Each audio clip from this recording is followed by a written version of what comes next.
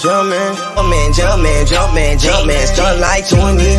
Just that jumpman, 2-4 like Kobe. Just that jumpman, shoot my shot, then beat. This that jumpman, right around swung my trees. This that jumpman, start like 23. This that jumpman, 2-4 like Kobe. Just that jumpman, shoot my shot, then beat. Just that jumpman, right around swung my trees. I be ballin' in music like Kobe. I'm the greatest to ever do it, they don't know it. What's up, everybody, and welcome back to another spectacular episode of Turtles Take right here on the Undefeated Sports Network. I am half of your hosting duo, Tarbill, as always. On this side of me is my guy, Vince Turtle. How are we doing tonight, brother? Man, I'm good. You know, we Bears camp started today. We got to hear from the new regime, and we got surprised to wake up to Brisker being signed and Roquan showing up and Robert Quinn showing up. Everybody decided to show up day one, so it was a nice surprise.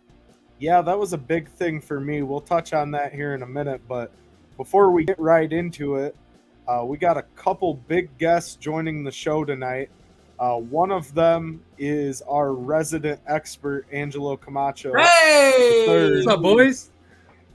It's the third part to this. What do they call it? Trio, baby. Right, a tricycle. The holy triumphant. Yeah. What's up? What's up, boys? Besides our guy Angie joining us tonight, we got two big guests in the realm of the football world. Vince, I'm going to let you introduce these guests that we've got joining us tonight. Just because. Man, how fitting. It was so nice of the Bears to accommodate us and start camp the day of our football-heavy show. Yep. I really appreciate them doing that for us. It was very nice of them. But no, all kidding aside, we got two big guests today. First up around 7:15, maybe a little later, we're going to have Ray Austin. Ray, your former Bear, so it fits right in, but he also is the founder of the FCF, which is the Fan Controlled Football League. Oh, nice. Yeah, a lot of cool things going on with that. A lot of cool dudes showing up and playing, so it'll be cool to hear all that kind of stuff and talk to them, see what they got going on for season 3. And then later on, we're going to have Frankie Solomon Jr. on. And Frankie, he's a professional indoor football player, and now he is part of Team USA's first flag football team. And they just won gold, I believe it was the World Games or whatever that they were playing over there, and they beat Italy in the championship. So it'd be cool to have him on and kind of talk about that and just the path he's taken to get there. Oh, absolutely. As you already alluded to, this is going to be a football-heavy show. And, man, I got to say, after watching the presser today, I should say listening to it, I had my earbuds in while it was going while I was at work. I watched it so I could see their facial expressions. I'm hearing a lot of good things out of this regime. The arrow's definitely pointing up with the way that Coach Eberflus is bringing this culture to action.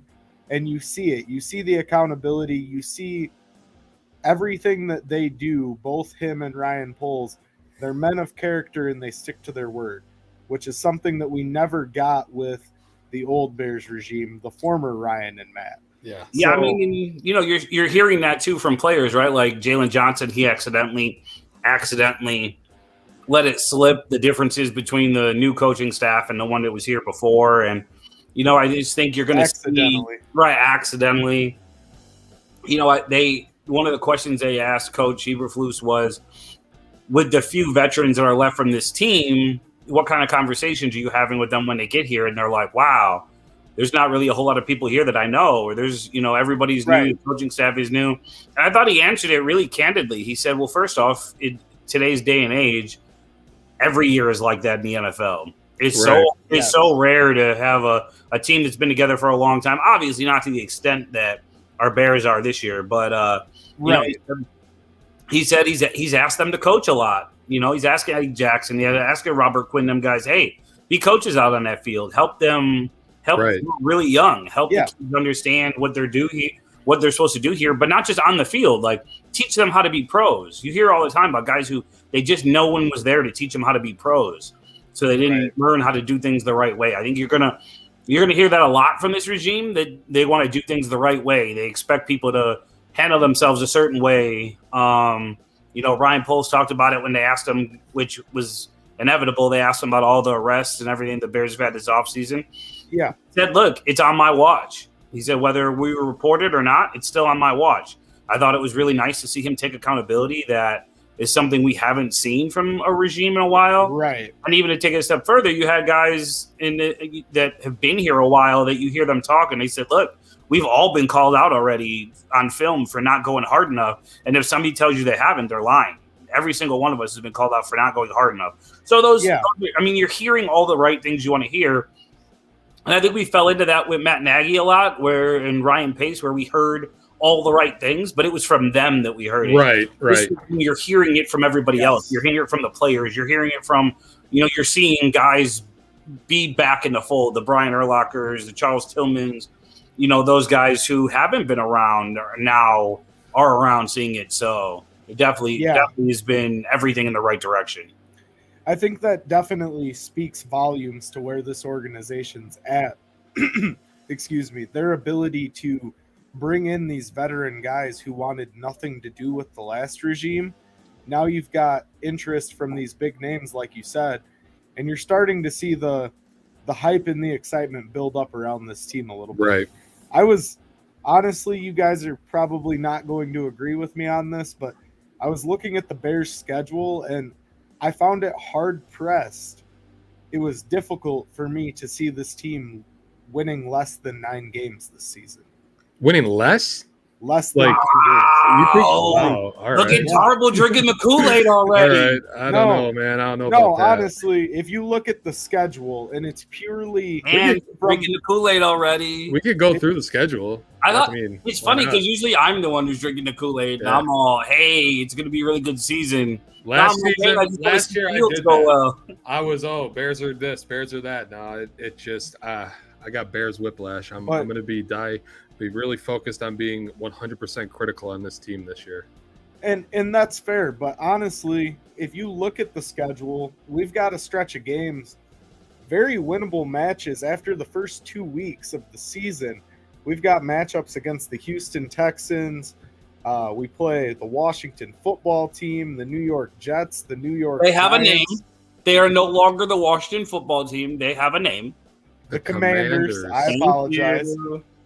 At least I didn't call them by their former name like I did all year last year. Last year. I'm learning. I'm catching up. By the end of the season, I'll know their name's the Commanders. But no, in all seriousness, I think this team has the perfect schedule to dominate, to just go right to the Super Bowl? No, not at all. Not at all what I'm saying. But I do believe this team has Ryan Poles said today that they're going to win the Super Bowl this year. He did not. That's what I heard him say. No, but in all seriousness, he might have said that that's where every team, no matter where they're at, they should set their sights on the Super Bowl every year. I might have heard it a little differently. And of course, I agree with that. But just looking at the schedule and some of the matchups this team has, I think 9 wins is a very realistic goal. And if you win 9 games and Justin Fields goes out there and shows you that he's the franchise quarterback of this team for the next 10 years, that's a win-win in my book.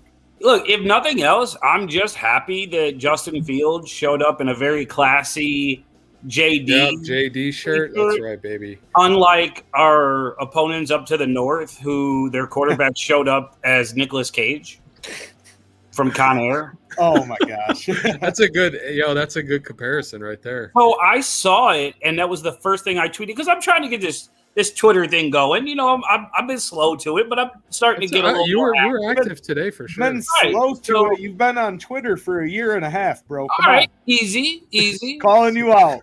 Man, tough crowd. But no, so I put it on there, and I was like, damn, he looks like Nicolas Cage from Con Air. And then, don't you know, 5 minutes later, 10 minutes later, ESPN or SportsCenter or Adam Schefter, somebody put up a comparison of him as Nicolas Cage. And I was like, bro, where's my credit? Hey, we had DeMar DeRozan's news before anyone else. Hey, like, come on, man. And Lonzo Ball. Yes, but that's a side note. No, in all seriousness, though, guys, it's the arrow's pointing up, and I like what they're doing as far as the ability to hold players accountable. You touched on it a little bit, Vince. They're saying, everybody's being called out on film. That's tremendous to me. What I love to see is the hard-hitting energy. I watched the 1920 football drive the Bears put out last night, and you just see even in camp. Is that like the year 1920? No, it's like some YouTube thing their that they mini do, right? series they do now. Really? On YouTube, it covers camp, and it's pretty good. But with that being said, even seeing the guys hit the sleds, in mini camp and everything like that, voluntary OTAs, everybody's going hard. And a good buddy of mine gave me a quote that resonated with him for a long time, and it's as simple as this: hit someone twice. Hit someone twice. You hit them the first time to know that you can do it. You hit them the second time to know that you can keep coming back. And that's something that really resonates with me. Should be this show's motto from now on. That's actually something that resonated with me. Get that on when I heard. Just because the Chicago Bears team's hitting hard and they're getting ready to go. So with that being said, I see we got our first guest in the green room. So I'm going to let you do the introductions here on this one, Vince. Let's go ahead and bring our guest in. Well, we kind of talked about it earlier. We want to bring in Ray Austin. Perfect timing talking about the Bears. What's going on? This ain't the green room, it's the black room. But no, I gotta. You know what's so funny? I'm gonna actually agree with Tarbill, man. You was dead on. You pretty much stole my whole spiel. I said the same thing. It's like they're in a position. They got a lot of growing to do. We want Justin Fields to be who we said we thought he was, and that's it. If he proves that out and can prove that we finally got a quarterback and we can build off of that, I think everything else is going to fall in place. If you don't have a quarterback in the NFL, you're not going to be a solid team. So that 9, yes. I like that. I said a little higher just because that's my boys. But you was dead. You got Bears blood in you. Yeah, man. I mean, I think everybody we're excited to finally see. We see sparks of something. We watched him in Ohio State. We saw him there. We know what he's capable of doing. He reminds us of like shit that Kyler Murray's doing. Like we're like, come on, like when is that trigger going to turn on? And when it does, I mean, I think it's going to change. From what I'm hearing in the streets, it's just like the team they're all on his side. Like they're all pushing him and they're ready to go. So. Yeah, and you kind of hear that every time somebody asks about him. They all have the same thing to say. Yeah. Leader, everybody takes their lead from him. Everyone kind of falls in line behind him. He demands that, but he's ready to. He's the first guy there, last guy out. All the things you want to hear about your quarterback. And I thought it was really cool today. I watched the introductory interviews, and one of the things Ryan Poles said was, and Coach Eberflus too, they were asked what is going to be the strategy going into the preseason, how much are guys going to play, and he said, well, we're going to figure that out as a staff, but I tell you what, we're a really young football team, and we're looking forward to them playing a lot this preseason. Yeah, I think this is the time where you gotta see how deep your pockets are. You gotta see how deep your bench is and how much you spent over the offseason. So I think there's gonna be some. This is the time where this is where guys like myself, I'm like, shit, I got to get in and I got to show what I can do, that I can be a benefit and have equity into this league and team. Right. So I think it's a good place for all the young guys to be. Chicago, with the Bears right now, they're in a really good place with a young team. They got some things to deal with with the line. They got to have a top receiver, somebody to come out of that film room and say, I own this shit.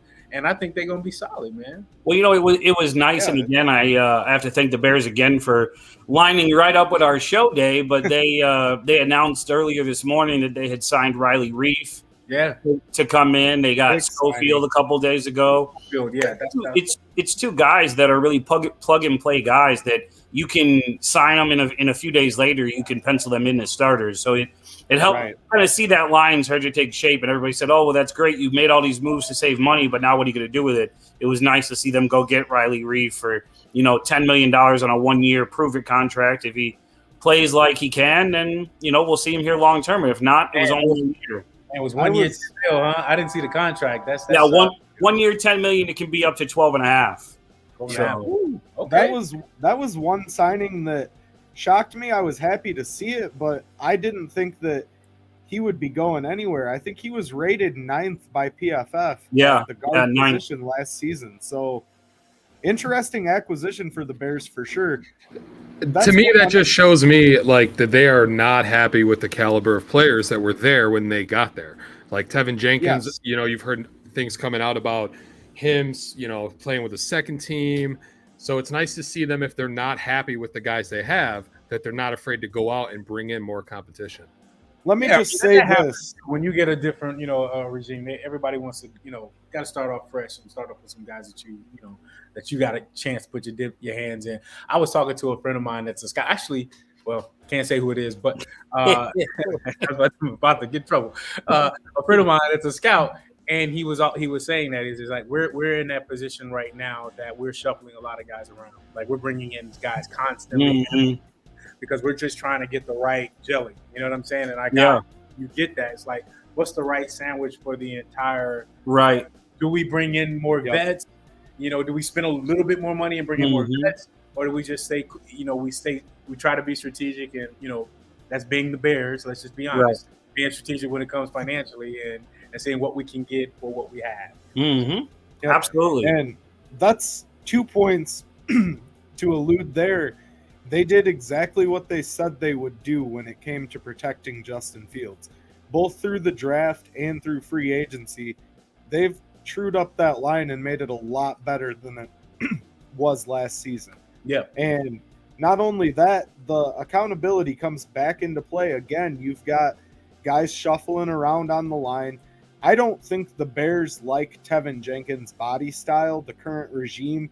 I don't think they like the way he's built because they want their line to be a little bit quicker, a little bit faster on their feet.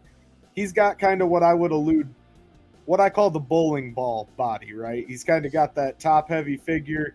He's not as strong in the legs maybe as some other guys, and obviously he had the back injury last season that derailed us. He's clearly basically a rookie this season. I mean, second-year guy, but really still really green as far as experience goes. So it'll be interesting to see what Tevin Jenkins does, but I do like what I've seen out of Larry Borum so far this camp, and I'm excited to see what the starting offensive line looks like week 1. Yeah, well, I think, there's right now you got a lot of people speculating who's going to start where. First everybody had, and like Ray said, everybody's excited. Like, it's a fun time to be a Bear fan again. It hasn't been for a long time. So, you kind of fall in that cycle where it was Tevin Jenkins right away. He was going to be a Pro Bowl left tackle. Well, now maybe he starts at right tackle. Maybe he doesn't start this year at all. But it'll be interesting. But I feel like we finally have the right people in place to evaluate the players and make that decision and get the best guys on the field. I think we saw that, like Angela said, I think we saw that this week where they went out and they felt they had to go bring in 2 offensive linemen, 2 guys that very well could wind up starting. Yeah, I think that's the thing about sports. I say it's like a girlfriend you love but you can't stand, man. It's we're gonna have that type of relationship this year with the Bears, which is great because there's gonna be some emotional highs, but definitely emotional lows too. Like you can tell, So that's what makes it football. So especially with Justin Fields coming in, and we've all wanted a Hall of Fame quarterback for so long, or just one of the league's best to be able to say, he plays for the Bears. I'm so tired of hearing about, we've never had a 4,000-yard passer. We've never had this. We've never had that. So now this is the guy. And hopefully at the end of this year, like I've said every week on this show, hopefully at the end of the year, all I want to do is be able to say, without a doubt, he's the guy. Yeah, not to change the subject, but or to change teams, but I've spent a lot of time in Phoenix, and to see the transition of what the Cardinals have done with Kyler Murray it's interesting to watch, and it just shows you how even with a rookie young player, if you put the right pieces and tools on the field with him, how things can grow. If you got Hopkins, and you had Fitz, you had these veteran guys there coaching him up. And they're not saying that he wasn't doing it on his own because he was, but you've seen I've seen being in Arizona. I have seen the transition of what a quarterback can do to a team. So yeah, I think it's cool. Yeah. It's cool to see. To speak on Arizona, it's cool to see they continue to put playmakers around them. Yeah, every year they go right. Absolutely. Right, they went out and they got DeAndre Hopkins. They got Rondell Moore. Now this year they went out and got Hollywood Brown, like guys that can help him get everything out of him. He's such a good player, and you see those flashes, and every year you see more and more of them. They start to become more consistent, and to put the two in line, I think that's what we want to see here. We want to see those things become more consistent and not every once in a while. Yeah, I got it. That's why I said I agree with Tarbill when he came off the go with it. So you were right. It's want him to be who we know he is. Mm-hmm. Yeah, and again, going back to the schedule that they just really have one of probably the easiest in the NFL. I don't know where it's ranked, but in terms of that, they have the perfect opportunity to slide into the playoffs and get some of these young guys the chance to play in a playoff game. Even if they don't make it out of the first round, that playoff football experience is nothing like the regular season. So if they can slide into the playoffs, even if it's with a wild card, and they end up playing one game, even if they lose, as sad as I'll be, it'll be good developmentally for a lot of these young guys. So I think the arrow's definitely pointing up here, and a lot of good positive things that we've seen thus far. I just can't wait to see them get on the field. I'm going week 1, so. Oh, are you? I was thinking about getting tickets too. I'll be down there. My dad's a Niners fan, as both of you guys know. So yeah, that's kind of coming to be our thing now every year. Did you hear they announced today they officially moved on to Trey Lance? I did not hear that they officially announced. Yeah, they said Shanahan and Lynch met with Garoppolo this morning. And shortly after, Shanahan told the press, the reporters, that it was now Trey Lance's team and they had moved on to Trey Lance. Well, and that was inevitable, right? It wasn't a question of whether it would happen. It was just a question of when. Take them or they took him. It better be inevitable. Yeah. So hopefully Trey Lance pans out for him, and it'll be interesting to see him on the field week 1. So do you give the Bears the edge now because Trey Lance would be his first game on the road against the Bears? The Bears got a more experienced quarterback now. Yeah, I do give the Bears the edge in that game just because I saw what Justin Fields could do in flashes last year when I watched him play. I mean, they had that electric play on 4th and 5, I believe it was, where he turned nothing into something and magic for the touchdown. I was sitting right there in the south end zone when he ran it in. And I tell you, I was at the game for the famous double doink in the playoffs. I've been to more Bears games than I can count. I have never heard that stadium as loud as it was when Justin Fields ran that touchdown in on 4th and 5 against San Francisco last year. So, Ray, we got you on here. We love, this show has a tendency to lose track of the show and when we start talking Bears, especially when we got someone like yourself on who can speak personally what it's like to have that jersey on. But you've also got some really cool other things that we want to talk to you about. Tell everybody about the FCF a little bit, give it the background and how it all got started. Yeah, it's funny because it was an actual Chicago Bear that helped me actually get it started. So 10 years ago, I came up with an idea to have fans run an actual football team, and worked on the idea. I got 2 semi-pro football teams to kind of help me figure it out, learn to beta test an app. And I had lunch with Tony Parrish. And Tony, if you really know Tony, Tony's a really analytical player, really smart player. Okay. He's a film guy. He sees it just as it is. So I'm telling him this idea, and I'm like, "Yo, I got this idea, dog." I was thinking about like fans running a football team. He was just like, "Yeah, that's a horrible idea." It's so funny. And but I know Tony. That's why I told him, because I was like, Tony's gonna look at it, he's gonna analyze it, break that shit down, tell me what's right, what's wrong. And it kind of fell on deaf ears for like a year. And then Tony hits me up and was like, yo, you still working on that whole fan control, or fans running plays? And I'm like, yeah. He goes, well, I ran into a guy that has an indoor football team in the AFL with Vince Neil, and he's thinking the same thing. And I'm like, oh, somebody's already thinking about this. Okay. Right. He was like, and I'm like, Tony, I'm like, okay, Tony, what does he want from you? Tony was like, nah, he wants to meet you. And I was like, word? So I fly up to LA, meet this guy named Sohrab Fruity, my CEO, and he had already connected with 2 other guys that had the idea similar in baseball. And we didn't even know each other, all 4 of us, and we're just sitting there having drinks, and we're just like, why don't we just do it on our own? Why don't we just do this ourselves?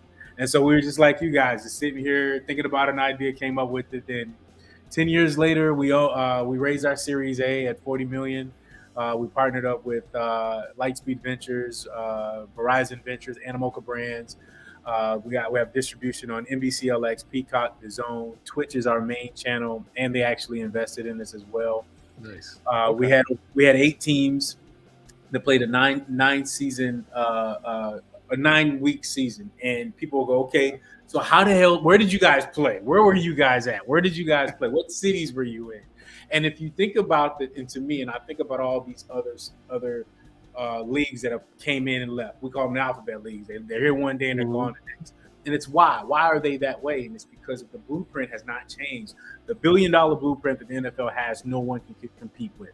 Right. Unless you're willing to start from scratch and pull that shit all the way out until you just want to just flush millions and millions and hundreds of millions of dollars to catch up, you will not. So you have to change. And if you think about this fan that we're dealing with now, we're dealing with a different fan, man. Like I'm sitting here listening to you guys, and I always get intrigued when I listen to podcasts and people that know sports. I'm like, damn, they know so much more than I do. They know so much more than what's going on. I'm like, I just know the dude's fast, and the fucking guy too, and he knows to drop in front of the girl, and y'all, all the stuff that y'all talk about. Is like, well, holy crap, we're dealing with a different fan now. Not dealing with a fan that's just sitting there watching a game for 3 hours. We're dealing with a fan that's on his phone. He's Snapchatting, he's tweeting, he's taking pictures, he's video, he's blogging, he's podcasting, he's doing all these. He's playing video games. Madden has been a godsend to most because it has been so good and so detailed that fans have really learned football. Right. I can play Madden, be like, that's cover 2. I can see they did everything right. He jammed, he went to the halves, he went to the girl. It was perfect. I know where to throw the ball, depending on what quarterback I got. And so we understood we were dealing with a different fan, the Gen Z fan. And so we changed the game. We decided instead of having 13 teams in 13 different cities, we took over one city, Atlanta, Georgia. And we had all 8 teams playing the same venue. We shared the same coaching staff, athletic training staff, the production staff. Everything was all controlled and unified in one city. We had, and I hate to say this because it was a gift and a curse. The pandemic was a gift and a curse. Everyone for years was telling us that no one will watch sports without fans being in the stands. Well, the pandemic did, and you couldn't have fans in the stands. Then what? Right. We had 1.2 million people watching us on Twitch. So it became one of those things that we understood where we fit. We're not competing with the NFL, XFL, anybody else, because we've already been through our first season. We've had over 2.5 million people watching each game, 109 people watching globally, and we're already working on basketball. So nice. That's what's up. Nice. Yeah. So, and I think obviously I've watched a lot of the games, and I've got some people I know that have played in some of the games. And I think the difference for me in the fan control football league versus a lot of these, and I don't mean this towards you guys, but it's what everybody calls it, these startup leagues. Yeah. Is the quality of football is good. Like, you can watch it and you don't feel like you're watching a second-rate football game. That's right, man. We went on the road with this shit, Vince. We was on the road in different cities trying to find people. Like, we had fans sending us YouTubes and huddles of cats. Like, I went and found Andrew Jamil that just had a workout with the Patriots just yesterday. Right. I was in Florida working out DeAndre Francois that played at Florida State. That was the cook behind him. Like, those were the type of athletes we had, and we were also trying to find those other guys that may have sparked out of, and we found some stars that had a chance to come into the league. And then you mix that up with a couple of former NFL players, from T.O. to Manziel to Robert Turbin to Rashard Jennings. You got those guys coming in. The play on the field is going to be elite, and that's what it was. We had a great time. Well, yeah, sorry, go ahead. That Andrew. was one thing that drew me in, was when you guys announced that you had Manziel. That's when I started watching, just because it's a name. He's an entertaining name, right? Yeah. And it's somebody you're familiar with. I watched him a lot when he was in college and whatnot. And then I see, hey, T.O.'s jumping in here. And then, pretty soon T.O.'s catching touchdown passes. And it's kind of like Vince alluded to. It's a very good quality football product you guys are putting on. And it's very enjoyable for the fan to watch. And we wanted to bring fun back into football, bro. That's the biggest thing. Like, and I hate to say it, because the what you see on TV, it doesn't give it justice. When you come into the stadium, it's like a big ass club. I mean, we got some of the biggest names, from Antonio Brown to Marshawn Lynch to Dwight Howard to Shaq to all these people. Yeah. Like, every game you see somebody out there every week. It's like, who's going to be there this week?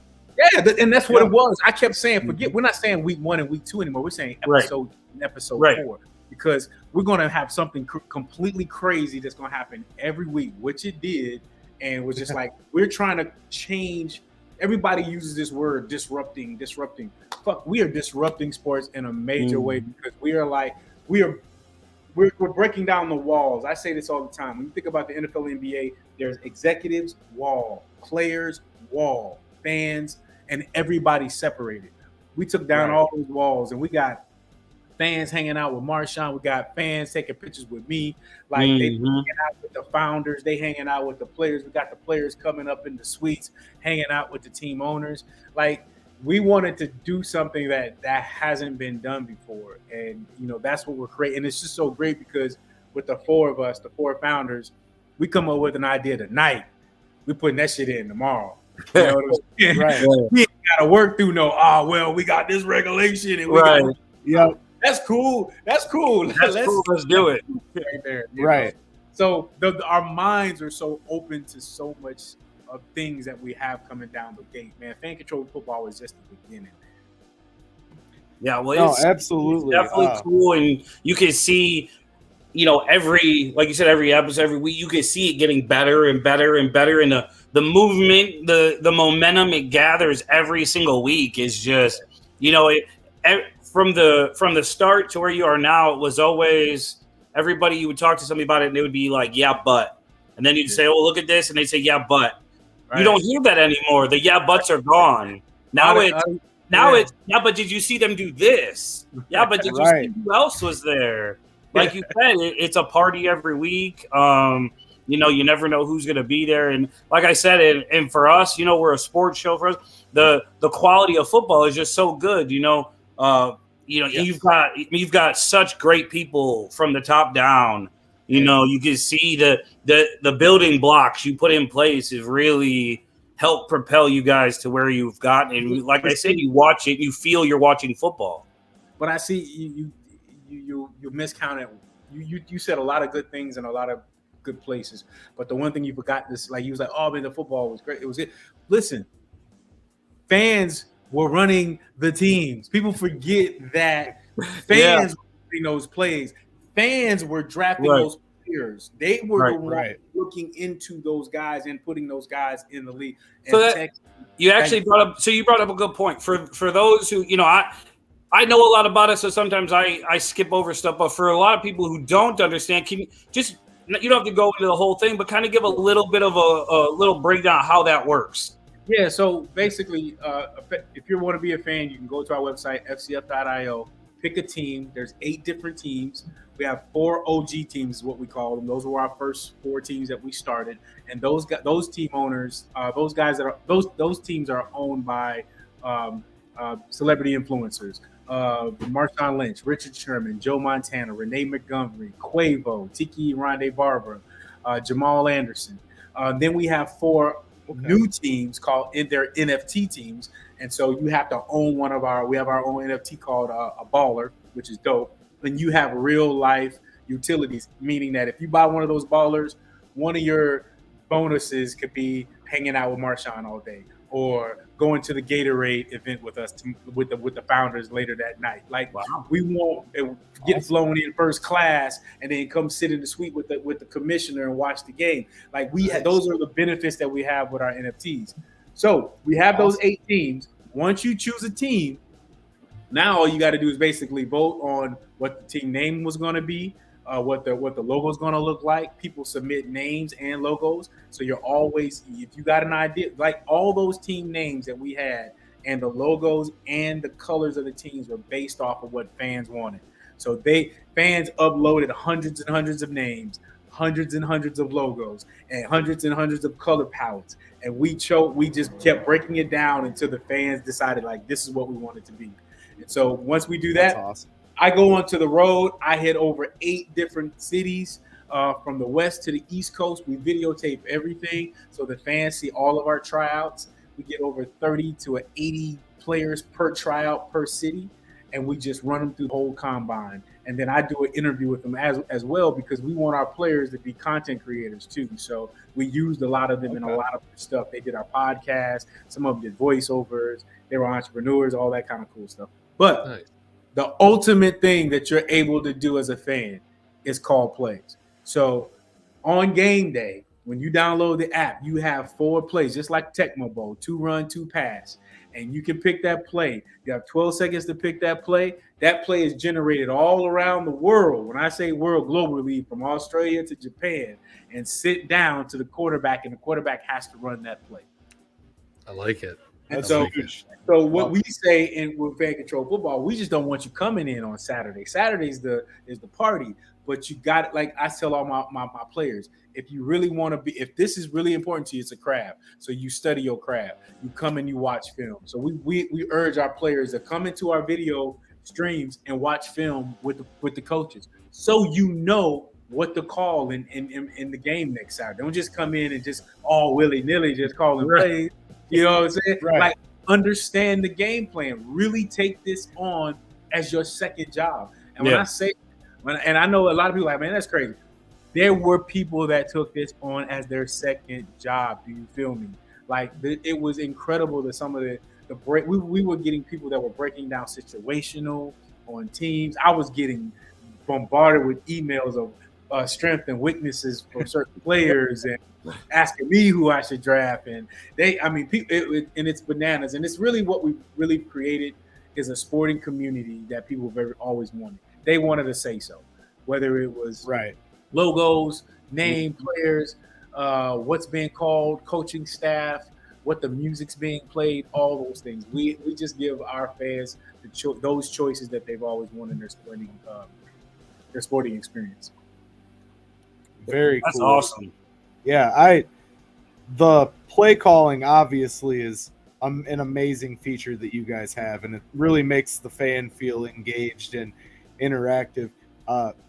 In that regard, were there or are there any concerns sometimes when it comes to, are they going to call all rushes, or are they going to call all passes? Won't happen. And that's a great question, because every single play is recorded and statted up, so we know. So every play comes in situational. So good positive plays get pushed up in front of the playbook. Negative plays get pushed back. Plays that fans like to call the most, they get pushed up. All based off of percentages.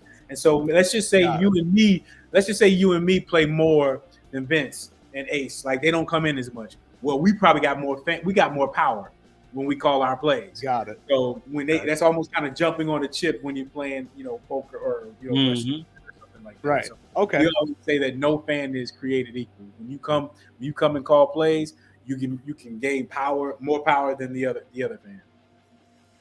Well, I think, in today's day and age, all you hear from fans is, I want more access. I want it to be more interactive. Well, here you have an avenue that you can have as much access as you want. You can have as much interaction as you want. Like you said, you had people taking it on as a whole second job. Like, you can have as much to do with it as you want to. I'm telling you, man, we had people, because we played all 4 games so I'm there all day long. It's a long day. It's like 9 o'clock to 2 o'clock. It's crazy. But we have literally some fans that stay all day long. I mean, that's awesome. That's dope. Crazy. Like you go, I'm like, my game ain't till the third game. I'm here all day. Like, oh, you gonna be blasted. It is, but then you have those that are say, hey, I'm just gonna come in for a minute, come back, and they come in and out. It's great. And it's just like, that's what we want. We want you to decide what you want. We want your sporting experience to be how you want it to be. And it's just been really cool, man, to see people all over the world, man, like reach out to you from different, like all over the globe talking about fan control. Like we'll see certain people in, like I'll go up to somebody else see me with a shirt on, be like, oh, the Zappers, that's what's up. You're like, that's crazy, but it's been real awesome, man, and a great experience.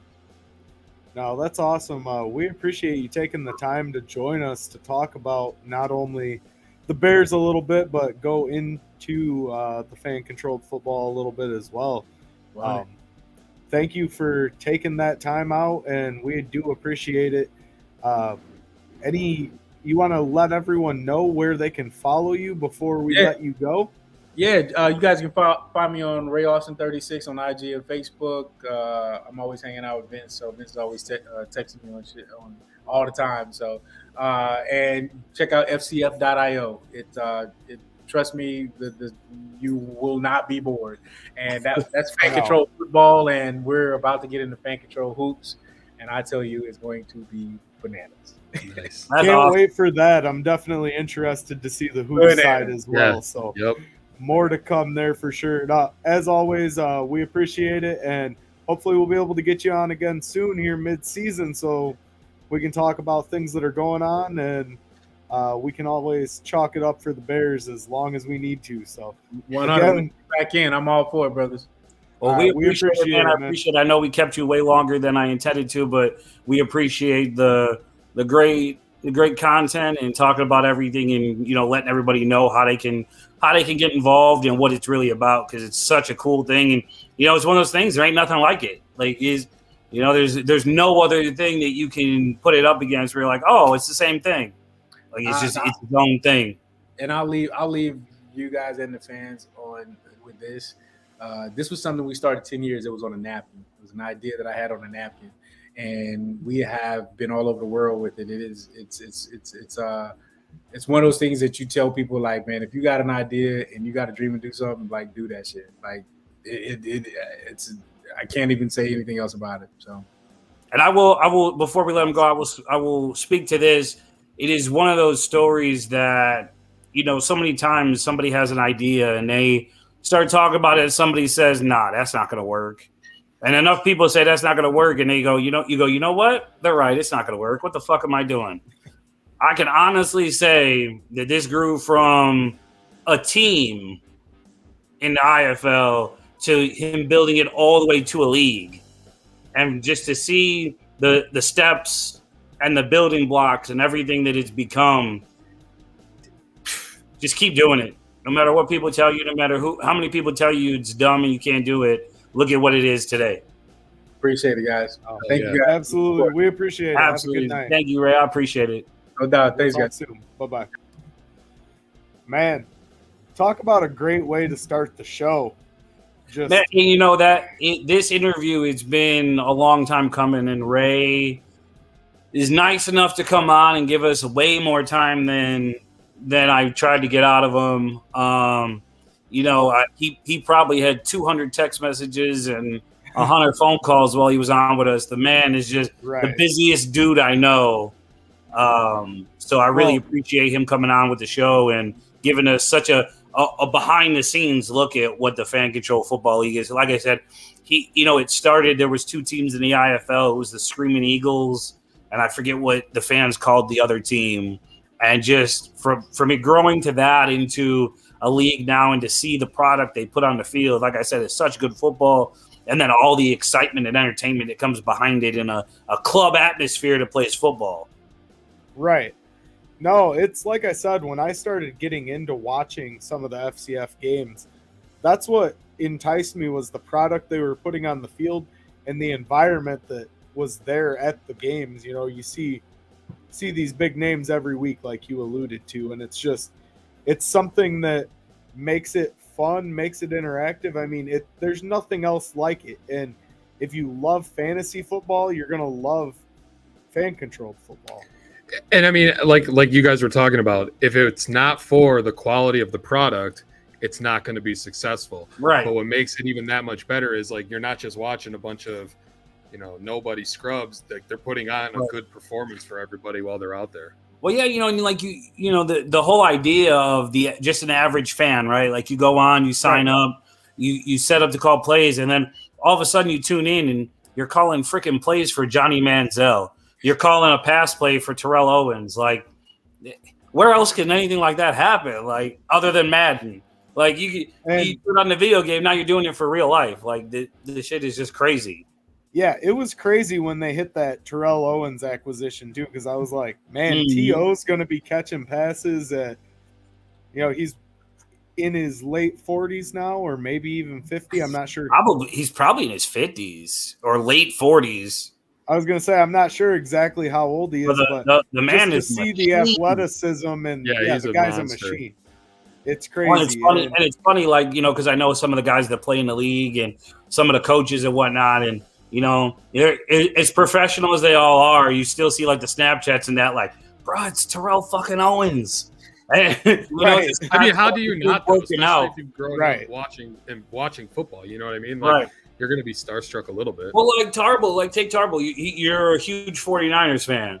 Like, the fact that you could call a play that the ball's being thrown to Terrell Owens, like, that's dope. Right. Yeah. I am not a huge 49ers fan. Well, your dad is. My dad is. Right.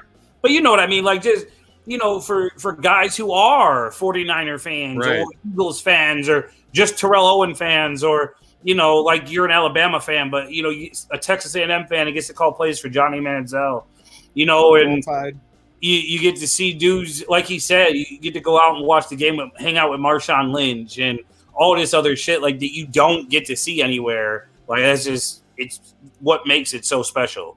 Right. I know you guys have missed seeing me in my Alabama quarter zips, but don't worry, it's getting chilly, tell you fellas. that the next time I see you in Alabama will be too soon. Like, if I never saw you wear another Alabama thing, if I never saw another Crimson A on anything or heard anybody say Roll Tide, which is crazy because one of my best friends is a huge Alabama fan, and it pisses me off to no end. But if I never heard it or saw it again, it would be too soon. Very well, Roll Tide. With that being said, let's go ahead. I don't know how to respond to that. Let's go ahead and take a quick break here. We'll play a quick commercial from our guys over at Mr. CBD Chicago, and we will be back with you in 1 minute.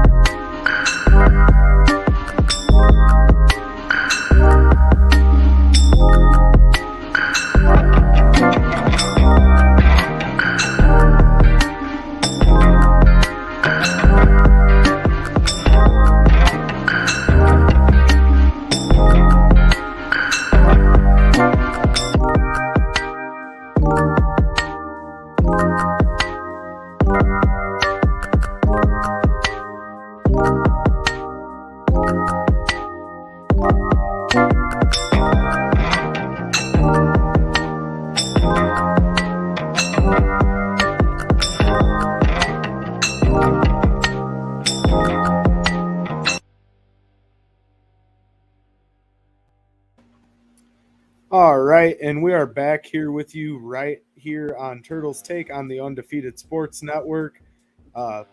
As always, we got my guy Turtle to my right, got our guy Ace below us here, chalking it up, talking all things Bears football related. Talked a lot about fan-controlled football with our last guest, and now we got another big guest getting ready to join the show. Our next guest is in the green room. Vince, if you would like to introduce them, we'll go ahead and bring them on now.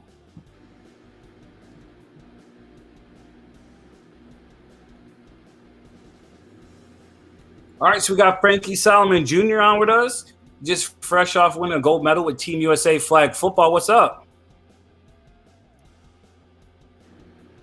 I think you're muted. He's muted just like you were, though, so it's all good. Everybody does it, bro. The first everyone does it. StreamYard fans you come in muted. It drives me crazy. What's up, man? Yeah. Hey, how y'all doing? How you doing? Good, man. How you doing? I'm good. Good.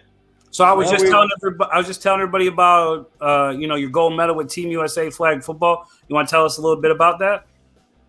Yeah, man. It was the World Games, Alabama, 2022. It was actually the flag football is trying to vie for a spot in the 2028 Olympics. So it's kind of like our trial run to see if we were getting the fan base, to see the ins and out of flag football, to see what pub we can get and see if it'll be a good sport for the Olympics. So we actually went out there. The USA men won gold, and the USA women got silver. But it was a tremendous experience. We've played a lot of flag football, and it was definitely on the highest end of accomplishments as well as experiences.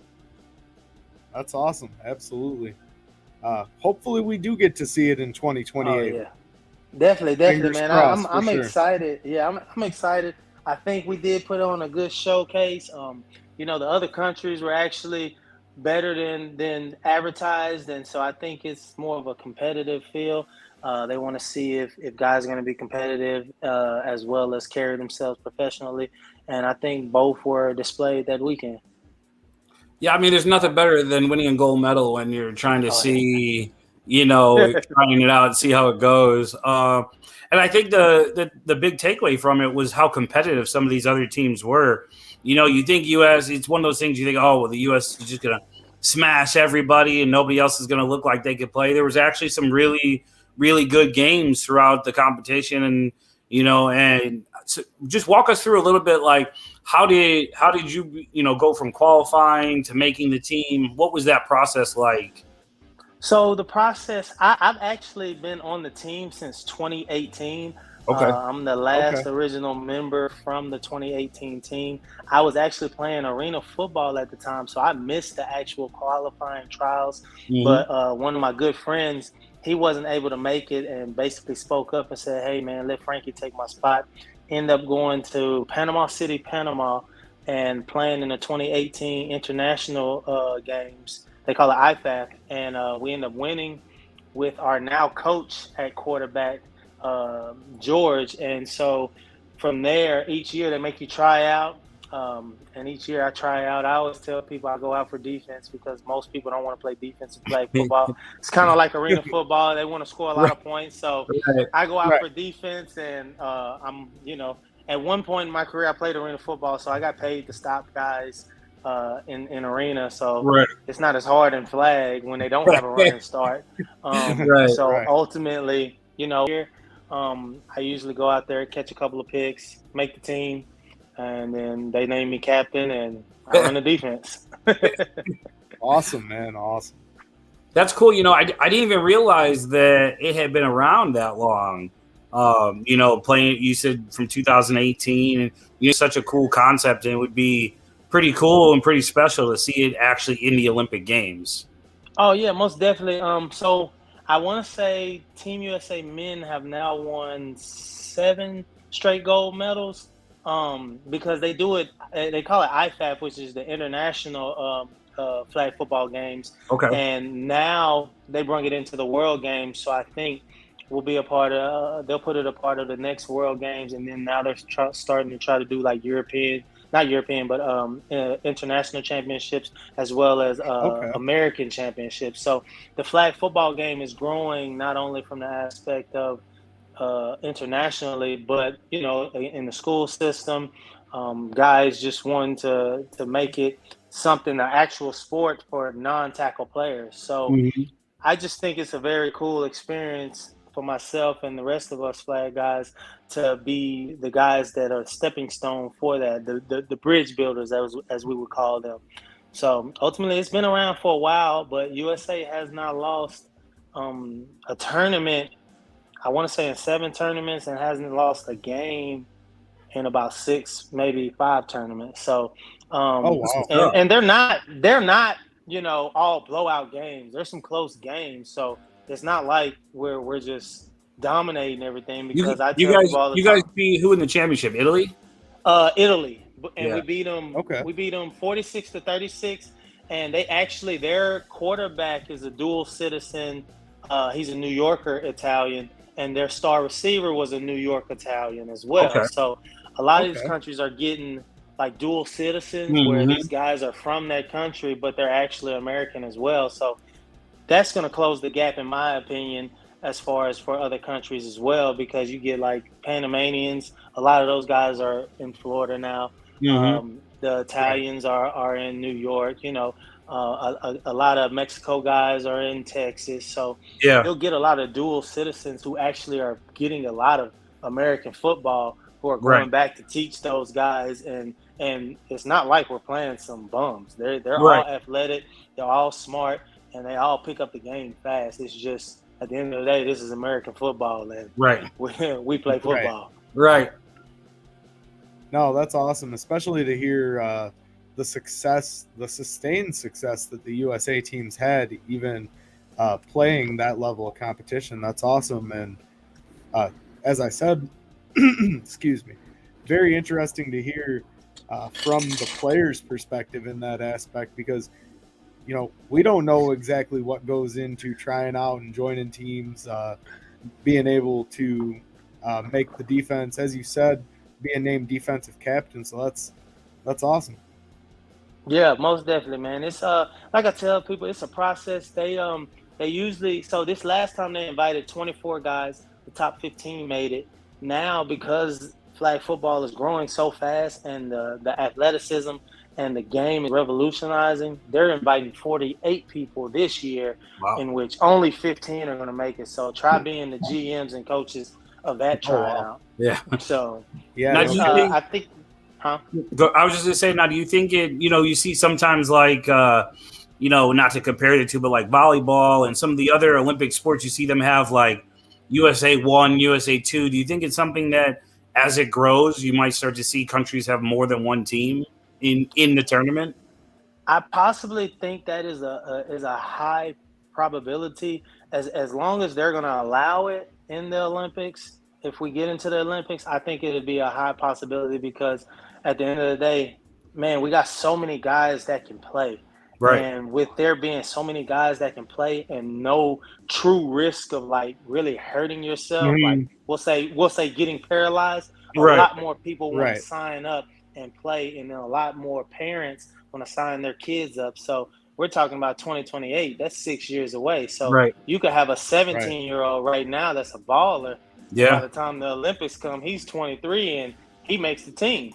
And now it's like, whoa. Yeah. So, I mean, I hope God blesses me to be able to make that team, but I'll be 40. So I may just be, behind the scenes or coaching or GMing type deal. But so at the end of the day, I think it is something that can be highly thought of to have more than one team, because at the end of the day, there's just so much talent around the U.S. We got guys from New York, Philly, Texas, Cali, Florida. So it's not like just one state is doing this. This is every state. We're picking some of the best guys and top players.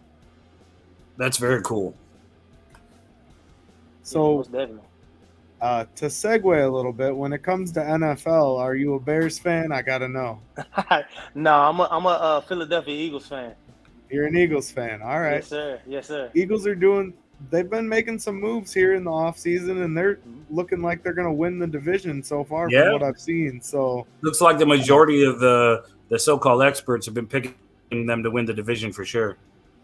Oh yeah, it starts with Jalen Hurts, man. At the end of the day, we need Jalen Hurts to be a little more accurate in those bigger games. I think that when we're blowing out people, of course it's easy to be relaxed, but we need him to be composed in those tighter games. Like I was very disappointed in that New York game where we could have won the division there, and we go out and throw 4 picks. You know what I'm saying? Like, it's like, I know it's a division game, but sheesh, man, like, you got to play better because it is a division game. I think it'll definitely help them having AJ Brown there this year. Nice big body receiver to when all else goes to shit, you could just throw it up to him and let him go get it.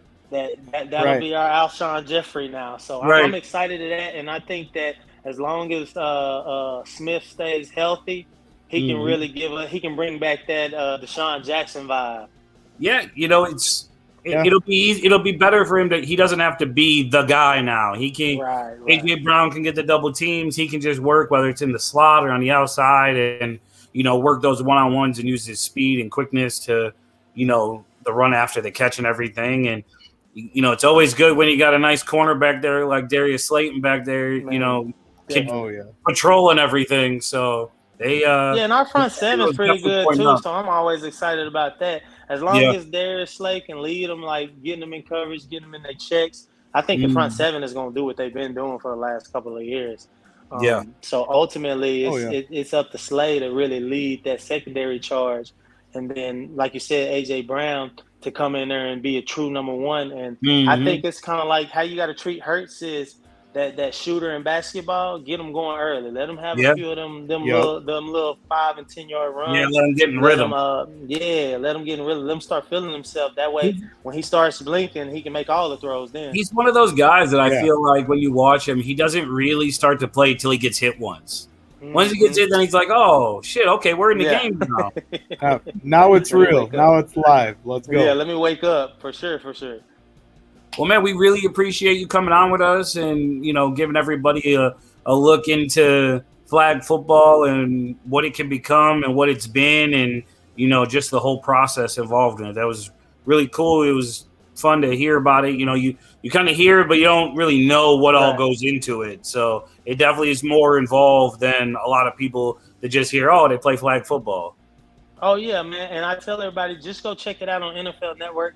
They do the replays of the World Games, and then we've actually, when they were doing the Pros versus Joes, the Fighting Cancer team out of New Orleans, they actually beat my team to play against the Pros. I want to say 2017 or 2018. So they do a lot of NFL replays, or a lot of replays on NFL Network as far as the YouTube channel. You type in professional flag football, and you'll see all that. So I just always tell people, if you're interested in it, just type in flag football. You'll find leagues, you'll find videos, you'll find everything. And then I know here lately of the World Games, they've been playing the NFL playbacks, the playbacks on NFL Network, I think every week. And then I also want to show y'all the actual medal. Yeah. You can see. That's fire. Has World Games, Birmingham, all the events on the side, and then you flip it over. It actually has the city of Birmingham on there as well. Oh wow! Awesome!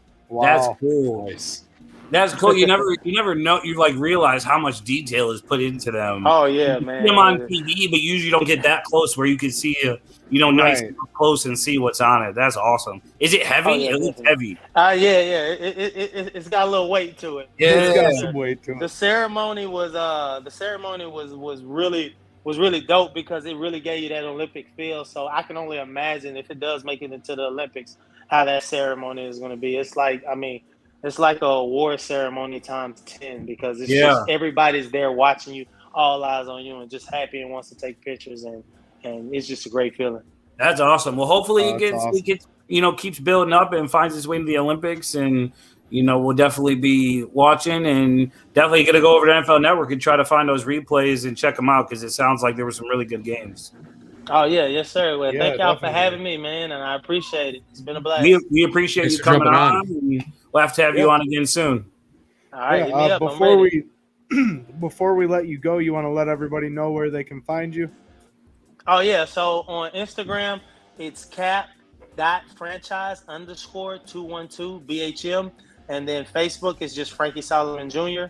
And yeah, man, y'all can hit me up on there. Awesome. Thank you so much, man. Yeah, we appreciate you taking the time, Frankie. We'll talk soon, man. Have a good night. All right, no problem. Thank y'all. Y'all too. Thank you. Man, what a star-studded lineup we had tonight here on. No, that was cool. Did you see that medal?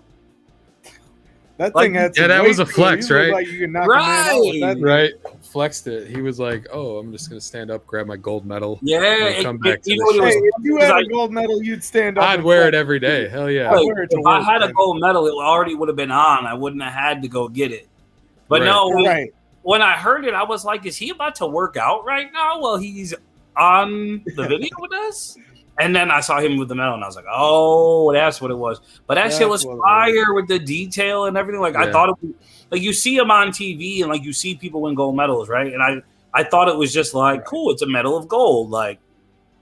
But I didn't know they put all that detail on the detail that go into it until you see one up close and personal like that. Yeah, that was cool. That was really cool. What a cool show! Cool. Like, definitely. We've had a lot of we've had Ace. You've had some bangers. Like, I don't like to brag. But like, what two cool guests like.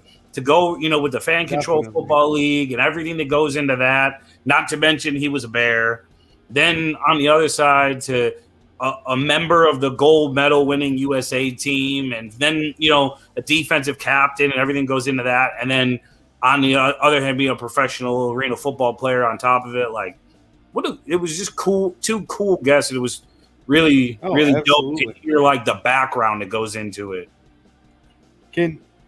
With that being said, we did have some great guests. Can we segue back to the Bears for like 5-10 minutes? We can always segue back to the Bears. I got that Bears itch going right now, boys. You already know. Gotta get some cream for it because it's gonna just be terrible. That he's gonna use that Bears Kool-Aid that he's drinking. Yeah, he's just gonna pour it all over. I'm gonna bring up the schedule real quick, and I'm gonna give you Tarbill's predictions of how this Bears team gets tonight. We already know your prediction. You got 9 games.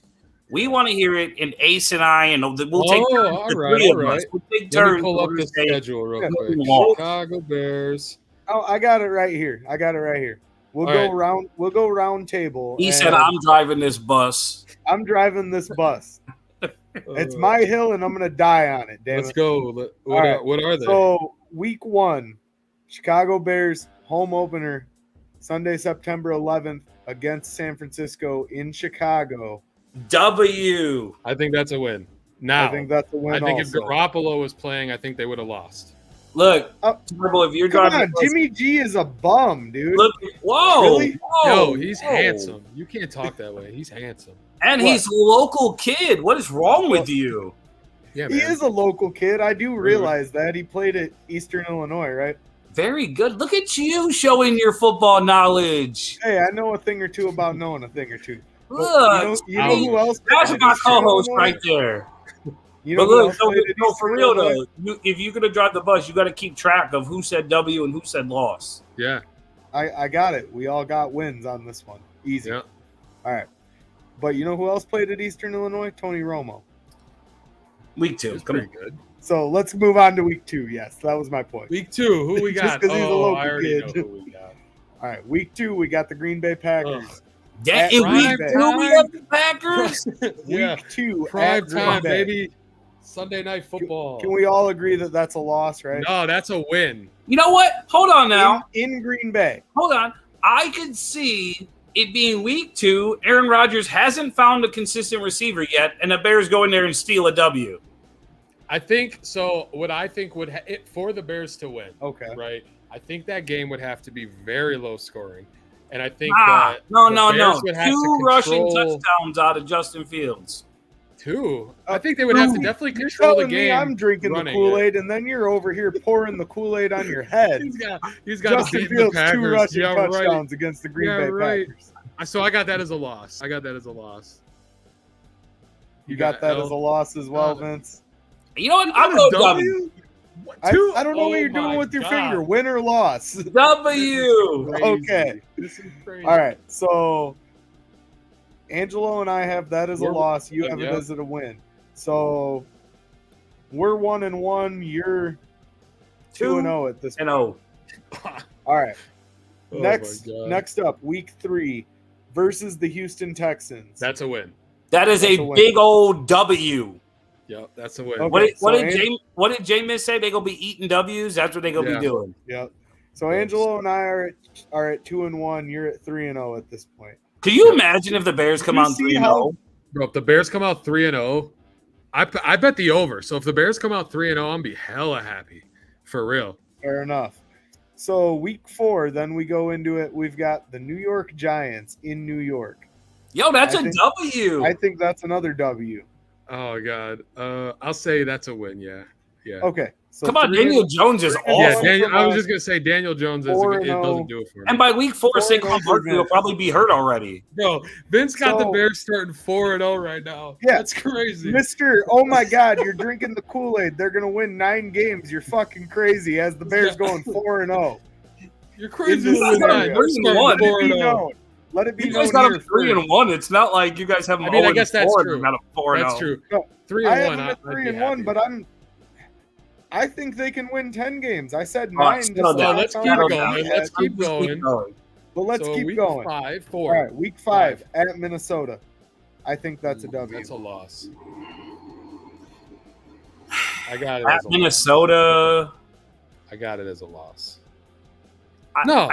Yeah, it's a loss. I think the Bears. I always think the Bears will beat Minnesota, but they have this thing where they usually lose in Minnesota. Right. So I'm gonna, and especially because I think they're gonna beat Green Bay. I think that's gonna be the letdown. So I think they're gonna be 4-1 after that game. Okay, so that puts them at 4-1 for you, 4-1 for me.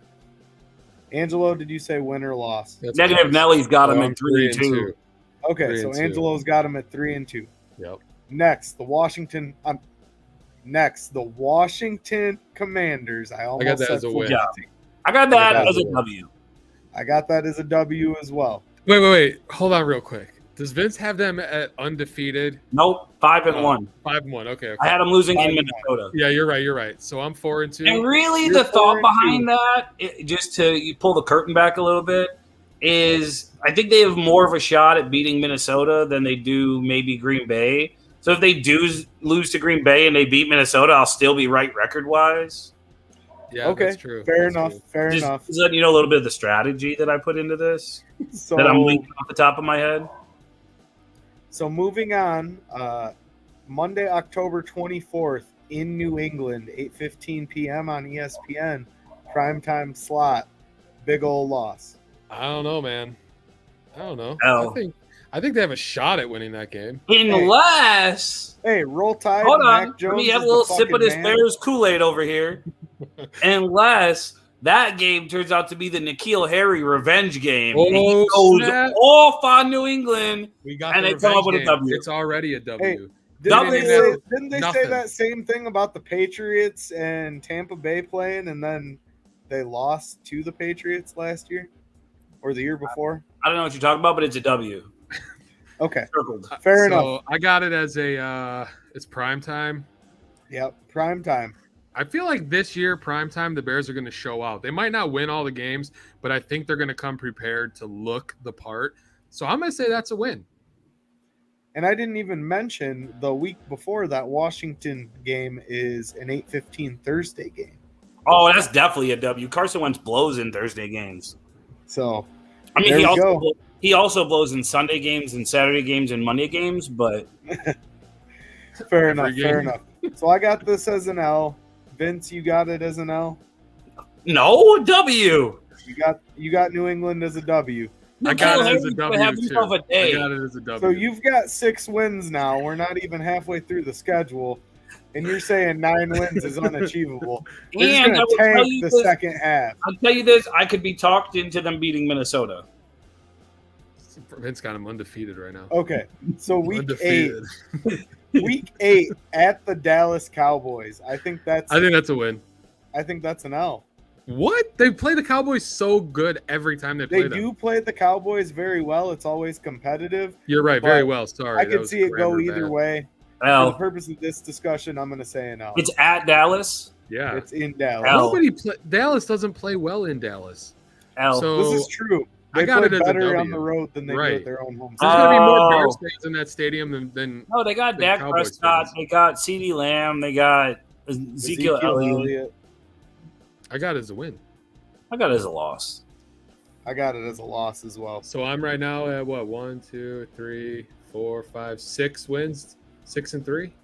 Yep, 6-3. I'm also at 6-3. Vince is at 7-2. I would not be if they're 6-3 at this point in the season. I will consider that a win. Like Fair for enough. The season or for the week? For the season. Okay. If they're still in the conversation of playoffs, I will consider at that point in the season a win. Can I just say, if you think about where this show started to where we are today, I used to be able to we would just talk about whatever we wanted. Now Tarbill's like, yo, shut up. We're going on to the next week. Yeah. Tarbill used to be like, okay, I'll let him talk. Now it's like, nah, shut it. We're next week. He's saying the dates and everything. I want to get to this conclusion so I can prove to both you and Vince that I wasn't crazy when I said 9 wins. He's only 2 fucking wins away, and I'm not even to the second screenshot on my phone. Like, come on now. All right, so Sunday, November 6th versus Miami in Chicago. Win. I've got that as a loss. I got the Dolphins? I think that's a win. Who's going to be W? Tua? That's a W. Tua. Oh, you're an Alabama fan. Yeah, that's right. It has nothing to do with No, that has everything. It has everything to do with it. Nothing to do with that. Tariq Hill doesn't even think Tua's any good. It's everything to do with everything. Questionable at best. Without a doubt. I don't know. I've got this one as an L. I think it's going to be a tough one. Miami sucks. I wouldn't say they suck. They got some weapons, but... Yeah, but they don't have a quarterback who can get them the ball. As of now, that's correct. He can only throw the ball like 12 yards. That's okay, true. But when you got Tariq Hill, though, Trubisky, first you throw it 12 yards, he could take it to the hole. Yeah, but you went and got the receiver that catches the most downfield passes and put him with the one quarterback in the league that can't throw the ball that far. Facts. Well, it's a good thing he can run and be explosive in the slot then, right? Win. All right, so Vince has got it as a win. I've got it as a loss. Angelo Dub is writing his name in cursive. Club Dub. W. All right. Club Dub. So at this point, I believe that puts Angelo at 8 wins. That's right. That puts you at 9 wins. And I'm at 8 wins. So wait. All right. So wait. 1, 2, 3, 4, 5, 6, 7 wins for me. That's 7. Okay. Yes, that's correct. 7 wins. 7 for Angelo and I, and 8 for you, Vince. I apologize. So I'm 8-2, and you guys are 7-4. Yes. Yes, that's correct. No. Sunday, November 3rd. 8-2 is 10. 7-4 is 11. So you're 8-3 then. No. Yeah, I'm 8-3. I had to loss to Dallas. Yeah. You're right. You're right. Who did I have lose to? Dallas, Minnesota, and the Patriots.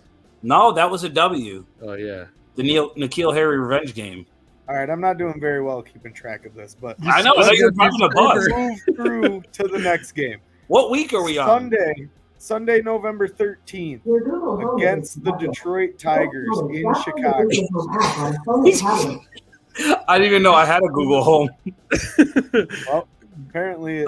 So they play who? The Lions? The Lions. Oh, that's a win. That's a win. That's an easy win. Yeah. Okay, so that now puts us at 8 wins. That puts you, Mr. Turtle, in the corner up there at 9 wins then. I got 8 wins right now.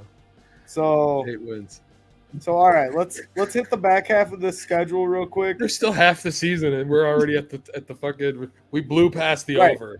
We blew past it. Sunday, November 20th at the Atlanta Falcons. Win. That's a win. That's a W. I think that is a win. Well. That's a W. Did you know that the stadium in Atlanta, Chick-fil-A is inside there, but it doesn't open on Sundays? Yeah. Now that's some bullshit. No, I'm serious. Because Chick-fil-A's closed. Doesn't open on Sundays. So they put one in the stadium, and the owner of Chick-fil-A was like, no, I'm not going to open on Sundays. Yeah. Even though, why would you be in the stadium then? I think they do it more for like concerts and stuff now. Or like, no, I get it, like concerts, but it's like the main reason to be there is for the Falcons. But even when they had the Super Bowl there, he wouldn't open on Super Bowl Sunday. Wow, the loss of revenue. That's what I bring to this show. I bring that back, the knowledge behind everything. Absolutely. Yes, you do. Sunday, November 27th, New York Jets. Win. Oh, my God. Benny and the Jets. That's a win, right? Anybody good? Okay. December 4th, day before my birthday, versus Green Bay in Chicago. That's a loss. That's a loss. So y'all hesitated and said maybe there was a chance for them to win in Green Bay, but they're going to lose in Chicago. I just felt because it was early in the season. Right. It was early on. The Packers usually start out slow. Right. Usually. All right. Sunday, December 18th, Philadelphia Eagles. That's a win. That's a win. Where's it at? In Chicago. That's a win.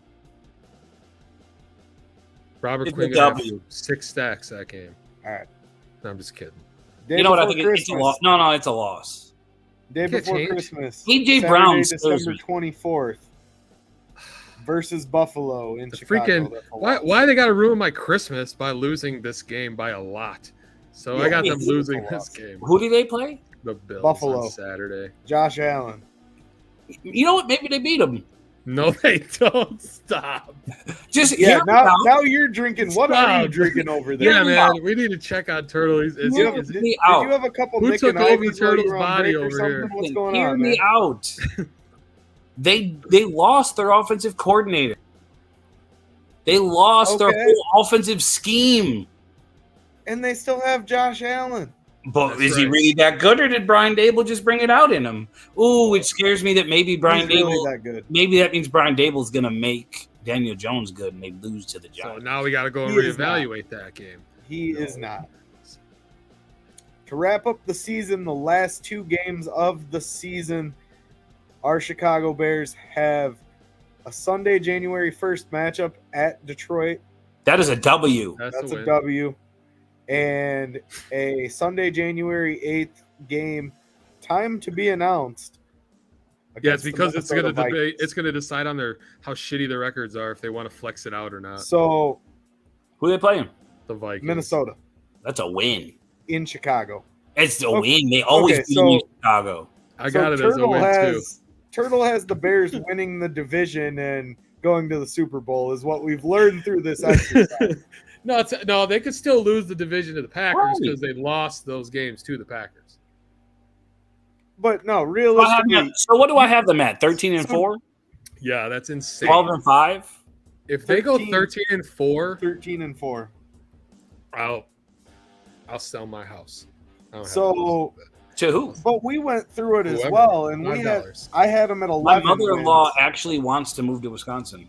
No, I don't. had him at It's 11 terrible. Well, wins it's in because this my walkthrough. brother-in-law just bought a house in Wisconsin. So she was like, maybe we should just sell the house and move to Wisconsin. So then I told Melissa, well, if we do, first I said no. I would have said no too. We're not even going to talk about it. I said no. It's not even open for discussion. And then I said, but if we did move to Wisconsin, if it was close enough to Angelo, I could go work for Angelo. That's what's up. But I See, would run away as fast. See, now you're on board. As So much as I would love to continue that heart-riveting conversation about you possibly moving, you had the Bears. The Chicago Bears Yeah. over 10 wins in this analysis. 13 and 4, I believe, is where 13 and is 4. where It might have Turtle been 12 ended. and 5. Well, okay, we'll go 12 Okay, and 5 just even in if it's case. 12 and 5, that's insane. And you guys were laughing at me like I was drinking Kool-Aid when I had them at 9 wins. I just I'm want to not say going to first, lie, and I know this will come to a shock to everybody who watches this show. you didn't No. realize the Bears had that I easy of a schedule. don't do a lot of research about things at all. Not gonna lie, I didn't know any of their schedule. Now I'll tell you, like when I get could bigger tell you name that I guests knew who they on, played then I'll do based some on who's in research. the But most of the division, time, but that was I it. just shoot it straight. I go right off the top of my head, right from the heart, That's and right. I heard the schedule. It's 12 and 5. Okay, that's all I'm saying. I Is don't know, man. it's not that crazy for this team. 9 wins. Do you looking at know those games, that if the 9 wins Bears is go attainable. 12 and 5, if the Bears go 2 and 0, meaning they beat Green Bay in Green Bay, Oh, that's too, it. That's it. Justin Fields will never pay for another thing in the rest of his Ever. life in Chicago because everybody will Yep. have anointed him the chosen one. But I mean, I'll tell you, if the Bears They'll win Bro, if they 10 go games, 12, can you imagine if they go 12 and I 5? can't because they haven't in a 13 long and time. 4 even? They did in 2018. Yeah, and then April, look what not happened. that long ago. Well, it's been Yeah, but they The- had the douchebag product since Matt then Nagy. the product since then It has and been hot before garbage. Can you- that one season has been terrible. Can we take a second to like really just appreciate the fact that I just called Matt Nagy a douchebag? Yeah, you Yeah, know, good call. if I had the sound we've effect got- queued up, I'd give you a round of applause. Like we've gone full circle, right? Like Yeah. I used to be the guy that defended him. Yep, that's right. So But now I've As seen you guys know, I've seen what the future can hold with Justin Fields and Matt Eberflus. Bro, and watch Ryan Mitch Bolton. go to Pittsburgh and just light it up. No way. So as you guys know, who's he going to throw the ball to? All the receivers are deep downfield receivers. You throw a better deep ball than Mitch Trubisky does. I appreciate the confidence, but I don't know if that's accurate. Angelo's never even picked a football up in his life. That's false. Serious. I'm just kidding. 6th grade gym recess. We used to all the time. No, I'm just kidding. That's the shit legends are made of. But no, realistically, you guys know I frequent the podcasting community, and watching The Rush from NBC Sports the other night. What is that? Is that with Cap? My dude Cap on there? Cap does it quite a bit. Kenneth Davis does it a little bit. Who? Kenneth Davis. Ooh. They've got a few different That? personalities from NBC Sports that come Angel, on. why'd you say it like that? Should I really know who that is? Anyways, I don't The know. Rush. You say it like I should know who it is. As the name implies, it's like a 20 to 25-minute podcast. Bro, I say we take a weekend, boys. And we go to Football Fest? We go to Football Fest for ESPN. Do you know that they announced today on the show that Adam Schefter's going to be? Adam Schefter, yeah. Why Now not? you know We'll just real. take a weekend, just the boys. We'll go to Indiana. I thought it was in Hard Rock. Chicago. No, Indiana? It's in Indiana? It's northern. Yeah, at the Hooters, at the Hard Rock Casino, man. Oh, No way. over It's got to be in. It's got to be in over there Chicago. in Why would Europe. ESPN Chicago? Right here. Why would ESPN Chicago do their stuff in Gary, Indiana? Nobody likes to go to Gary. Yurko lives across the bridge. Maybe. That's probably why Yurko's like, I'm not doing it unless I'm there. Yeah, but Yurko's like super connected, untouchable. Like you go to Gary, I don't know if you're gonna make it out, Tarbill. Hey, I've been to Chicago numerous times. Chicago ain't shit Walking compared to around Gary. in the middle of the night, I'm fine. I'll be all right. Don't do it. Oh yeah, the places that they tell you not to walk in Chicago when you're drunk at 2 a.m. No. Tarbill has definitely walked drunk We at 2 have to a.m. be serious here. I'm not talking about Chicago. I'm talking about Gary, Indiana. No, I realize that, but it's You don't. one and the same. No, it's And not. I'm Chicago not scared to go to Chicago is Detroit. I'm like a not scared to go to resort Gary. compared I'll to be Gary. fine. I'll go anywhere. I'll go anywhere with you boys. I We'll think be you'd fine. be Let's okay, go. Angelo. I think you'd be all right. Hard Rock Casino. You Man, could that make would it out be. of Gary, Indiana just fine, Angelo. Tarbill, I don't know about him. Is it because I'm fat? Is that what it is? I mean, I feel like we're all kind of Yeah, bigger. I'm on my way down though, so That's why I tried to say it delicately. that's right. I'm on my way down. Fair I mean, enough, hey, fair enough. I'm in small. I cut all my hair off, boys. I forgot to tell you that. I saw that, but I thought it might have been by mistake, so I didn't want to No, say I anything. cut it all off. I'm no longer the Nice. guy with the good hair. I know what just have- happened. Well, I just mean, have hair. It was pissing Vince and me I are off. bald, so any Also, I hair still is have good hair. So, yeah. This is not bald. Well, I still got better. Balding. It's not balding. I shaved it. What was happening was Well, when so do I would like it would just get all in my face. That's And then I had to the put it up. Then I had to put it up in a ponytail, and it was cool. Don't get me wrong, but no, like it definitely wasn't cool. I had the whole like Roman Reigns thing going on. You know, the one. No. Speaking you're not- of Roman Reigns, are we you're not going to talk Samoan. about? Are we talking about the new show or what? Sure. I mean, Well, you're isn't- Kind of already did, so go ahead. Isn't SummerSlam like this week? yeah, but see, you're El Jefe, and I feel like sometimes you want- forget other you want things. me to talk about it? I was waiting for the okay, go for it, and then I Well, know that see, I wasn't going to say anything because of the message that we got yesterday. You want to talk about mothers? I'm sorry, guys. White Chicks was on the other. Do you night. not know? But we got the message that we got yesterday, so I thought we weren't going to talk about it. So segueing back to football because I'm not on Facebook at the moment. Is that why you're not responding to any of the messages? Yeah, man. Bruh. Yo, sometimes you got to take a mental health vacation from social media. Yeah, but I'm you still could, on Twitter. But you could stay in the message group with us about show business. We could all do a text. Right. chat. I said, Angelo, I need you. So, he said, go. well, then to catch you up to speed, somebody Wait, is is this a behind the scenes conversation? This or- is an off the air conversation. An off the air. So, Oh, okay. We'll that talk being about said, this, guys. It has been a tremendous show. We've talked a lot of Bears. We've Now I talked feel like fan we should control talk about the new football. show. We've talked a We'll lot talk of about shit it later. to each other. We do have some announcements in the coming weeks here for the Undefeated Sports Network. Maybe I'll do So a stay surprise tuned. announcement Thursday. Thursday We night, are I'll do a expanding. surprise announcement. How's that sound? So Sounds stay lame. tuned for some more news. We will be sure to get that to you guys as quickly as we can. Oh wait, Thursday's in 2 days. That sounds dope. That does As sound always, dope, I know. thank you everyone. I was for thinking like a joining whole us. week away. No. Hope you guys enjoyed the content. As always, give us a They like, did. I know subscribe, they and did. follow I know they to did. help the Undefeated Sports Network grow. A share And does go follow wonders me for on us as Twitter. Yeah. Yeah, Go follow Vince on Turtle. Twitter. He's I got have a 15 pathetic- followers. His stuff's like I- right. Hold on. It's right there. Wait. Wait. How do I turn my? There we go. Right What? there. It's right there. It's right there. Yes. No. His Twitter There. handle is Turtle's There. Take, not And then dot, follow dot, mine. home Mine's BG, right but here. Right And there. Tarbill, his is over here. My He just Twitter don't have handle's nothing. not there, but you can follow me. I on have a Twitter as well. pathetically low amount of followers. So when we hit 100, I'm gonna raffle something off. Yo, Let's get it. so I actually have. You know what? When a we jersey. Hold on. hold on, if we hit 100, I'm gonna raffle off a copy of 2K23. I like that. Are we talking standard edition or are we talking Michael Jordan edition? Standard edition. Come on, Tarbill. If you're gonna run the show, you gotta If run. you're it. gonna drive the bus, you can't drive it off a cliff. I He said- am he said I'm driving the cutting bus. it. I wanted to interrupt you, and that was the only segue that I had. It I has thought to be the show Michael was Jordan over. edition. It has to be the deluxe edition. Yeah. You can't be like, give me to 100 and then here's All a right, shit if we- sandwich. Here's the If digital we hit 100 standard. by the time 2K23 comes out, I will raffle off a deluxe edition. I do want to do I'm Michael a, Jordan. I'll throw edition. in on this. I want to do a raffle. I think for the undefeated. You know, I got a nice Dan Hampton autographed Bears jersey. I was thinking about we could do like a Like a split live the pot show. raffle. and- Yeah. Split the pot raffle. I like it.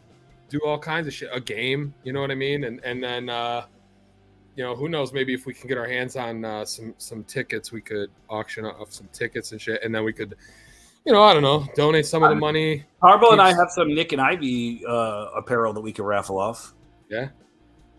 Maybe if we're lucky, Paul can send us some Nick and Ivy, and we'll put it on for him. We'll get it out Very there well. for him. Oh, I like it. I like the idea. I All right, like boys. where your it's been heads are fun. at. Always working up See, here. this, all our this viewers is and why we had El listeners. Jefe sit in. That's right. To all our viewers and listeners, we appreciate you so much. Thank you for helping the Undefeated Sports I'm Network. about to change grow. my Twitter name to that right now. El Just so Jefe? you know. Yeah. Just because of you. I think I'm gonna change mine to God mode. Have a good night, everyone. We'll see you next week.